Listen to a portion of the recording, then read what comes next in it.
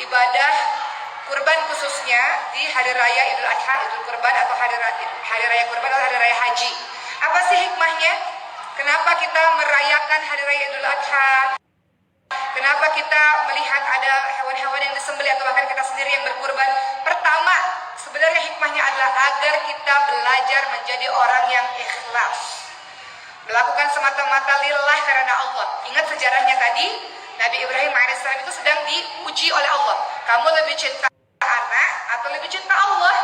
Maka Nabi Ibrahim AS itu Masya Allah ikhlas, begitu lillah kepada Allah Subhanahu Wa Taala, sehingga dibuktikan dengan memilih untuk menyembelih anaknya. Karena itu perintah dari Allah Subhanahu Wa Taala. Hingga kalau kita lihat pada hari raya kurban, teman-teman sekalian, hikmah kurban apa? Belajar untuk ikhlas.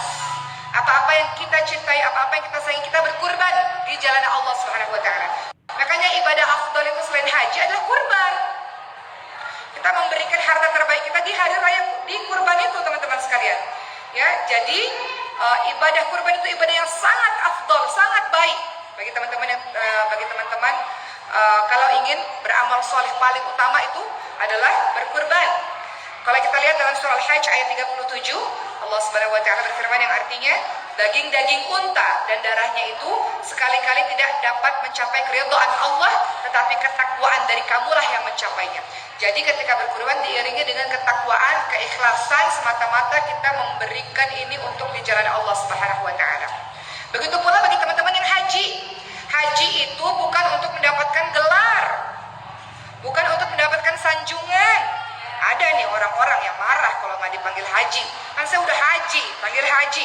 Kan saya udah hajah, panggil hajah. Tidak, haji dan hajah bukan gelar, ibu-ibu sekalian. Kalau nggak dipanggil haji hajah marah, bukan. Haji dan hajah itu adalah menandakan bahwa kita pernah pergi ke Baitullah untuk melaksanakan ibadah, yang artinya akhlak sifatnya harus betul-betul haji yang mabrur. Haji mabrur itu akhlaknya, sifatnya adalah baik, saleh, takwa kepada Allah Subhanahu Wa Taala. Jadi hari raya Idul Adha atau hari raya kurban itu mengajarkan kita hikmah untuk ikhlas. Kita berkurban ikhlas semata-mata karena Allah. Kita ibadah haji betul-betul tidak untuk mendapatkan sanjungan, gelar, apa-apa, tapi semata-mata karena Allah Subhanahu Wa Taala. Dalam hadis riwayat Bukhari disebutkan, siapa yang berhaji karena Allah lalu tidak berkata-kata serono dan tidak berbuat kefasikan, maka dia pulang ke negerinya sebagaimana dia dilahirkan oleh ibunya, bersih. Kalau dia hajinya mabrur, berubah sikapnya, akhlaknya, ibadahnya, maka seperti bayi yang baru lahir, teman-teman sekalian. Jadi kembali lagi, ibadah kurban, ibadah haji bukan untuk ajang pamer, bukan untuk ajang riya, memamerkan kekayaan, ketinggian kedudukan seseorang, tidak, tapi ikhlas semata-mata karena Allah. Kedua, hikmah kurban, ibu sekalian, untuk mengikuti tuntunan Nabi Muhammad SAW. Dalam kurban itu ada aturan-aturannya. Dalam berkurban ada aturan-aturan khususnya dalam hewannya. Apa aja bu aturan-aturannya? Pertama, nggak boleh yang cacat, betul? Itu kan aturan dari Rasulullah SAW ya. Misalnya nggak boleh buta sebelah ya, atau sakit, pincang, sangat kurus sekali, misalnya seperti itu ya. Jadi ketika kita berkurban, kita sedang mengikuti apa yang diperintahkan oleh Rasulullah SAW. Misalnya ada kriteria-kriteria umurnya hewan kurban, kemudian waktu penyembelihannya pun ada waktunya, dilakukan setelah hari raya Idul Adha misalnya. Kemudian penyaluran hewan kurban juga ada aturan-aturannya, di mana yang untuk dirinya sendiri, mana untuk tetangga sekitarnya, mana untuk orang-orang miskin ya. Jadi teman-teman sekalian, hikmah dari kurban adalah kita mengikuti sunnah-sunnah atau mengikuti aturan-aturan dari Rasulullah SAW. Ketiga, apa hikmah kurban? Belajar sedekah. Sedekah. Tapi saya yakin lah, insya Allah semua yang di sini ahli sedekah ya, ibu sekalian ya. Saya kemarin bu, mohon izin cerita sedikit. Pas sini banyak datang pengusaha-pengusaha bu, kaya raya, masya Allah. Kemudian kami saling berbincang dan kami sampai kepada satu perkataan dengan kalimat begini. Dulu kalau kita nggak bekerja untuk agama Allah ya bu ya, kita kerja 10, dapatnya berapa? Ya 10. Kita dapat sesuai dengan kerja keras kita. Kalau kita kerja untuk dunia nih bu, mau kaya raya ya kerjanya lebih berat gitu. Bener nggak bu? Mau dagangannya lebih laku, ya kerjanya lebih dahsyat lagi. Mau keuntungannya 100.000, ya kerjanya juga segitu lah, misalnya begitu. Jadi kalau kita kerja 10, ya dapatnya 10. Tapi ini berdasarkan pengakuan para pengusaha-pengusaha itu. Kalau kita bekerja di jalan Allah, berbuat baik, beramal soleh, melakukan kebaikan-kebaikan di jalan Allah, kita tuh kerjanya 10 misalnya. Tapi Allah kasih 100, 200, 300, betul nggak Bu? Emang ada Bu orang sedekah jadi miskin? Gak ada. Gak ada. Tiba-tiba ada aja. Allah kasih keajaiban demi keajaiban. Ibu-ibu yang ibu tahu, Maskal Al-Fat ini kan lembaga non-profit ya Bu, lembaga sosial. Dia tidak profit ya. Dan didahulukan untuk anak-anak yatim piatu mualaf duafa dari seluruh Indonesia. Itu 80% kurang lebih. Itu memang Maskal Al-Fat ini full beasiswa untuk anak-anak yang yatim piatu mualaf duafa. Masya Allah Bu, ini saya cerita aja. Saya sering sekali cerita ini sebagai salah satu hikmah.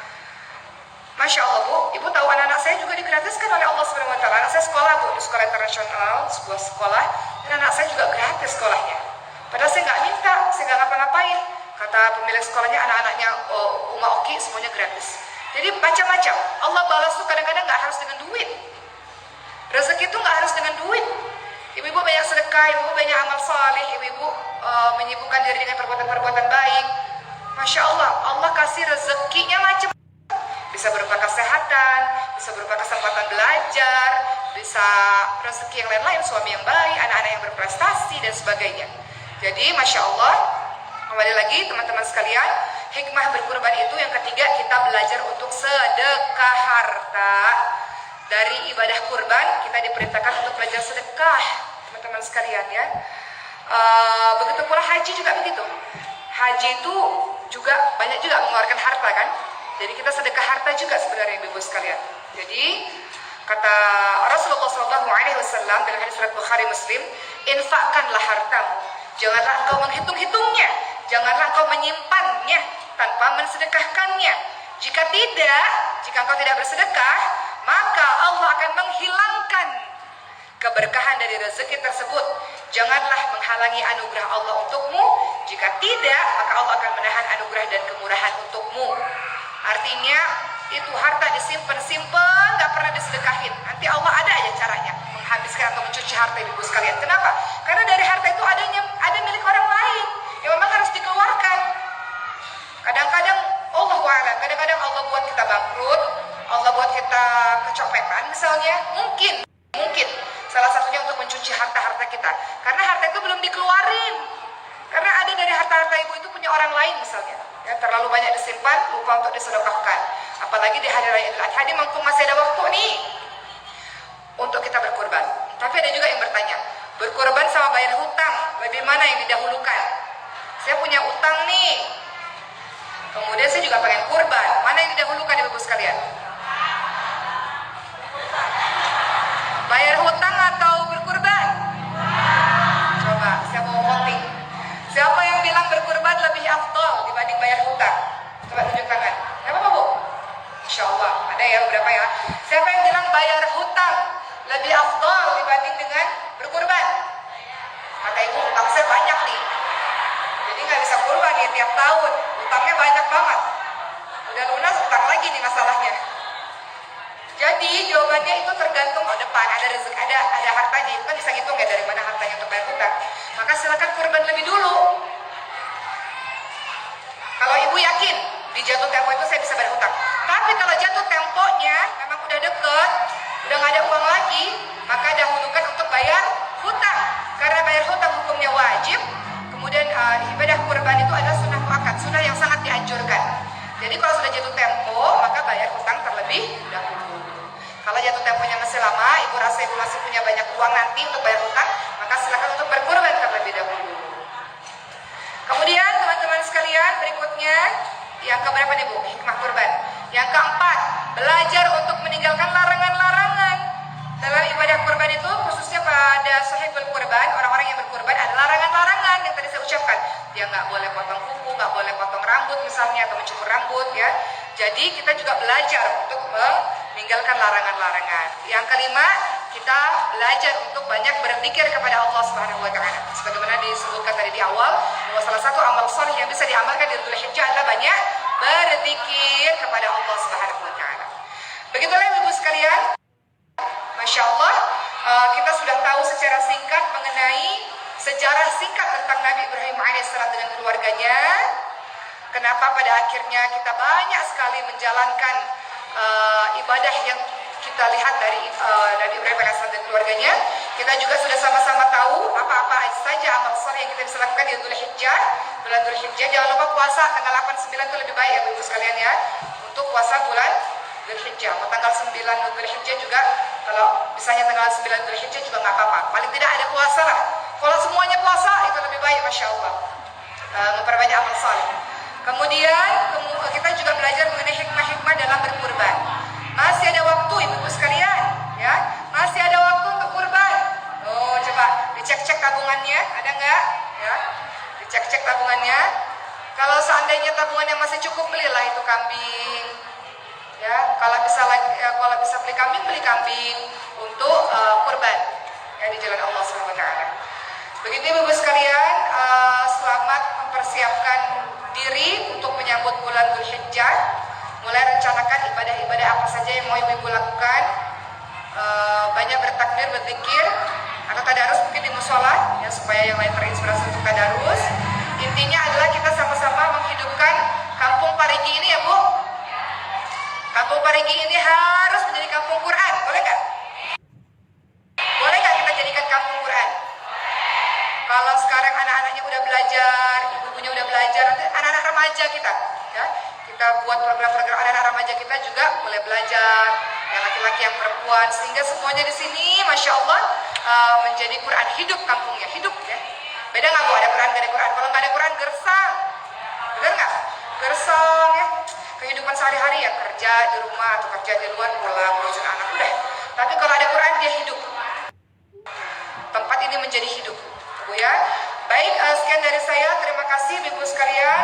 Semoga selalu semangat dalam belajar Qurannya, selalu semangat dalam memperbaiki bacaan maupun menambah hafalannya. Dan ibu-ibu semua bertugas untuk kembali mengajarkan pada anak-anak. Jadi ngaji tidak hanya di Masjid Hufaz Bu. Di rumah juga ada ngaji sama anak-anak, ada harus bareng-bareng sama anak-anak, saling menyetorkan hafalan sama anak-anak. Bisa nggak Bu? Harus bisa ya. Orang-orang yang sudah jadi keluarga besar Masjid Hufaz harus juga ngaji di rumah bersama dengan anak-anaknya insya Allah. Sekalian sama bapaknya kalau bisa insya Allah. Ya.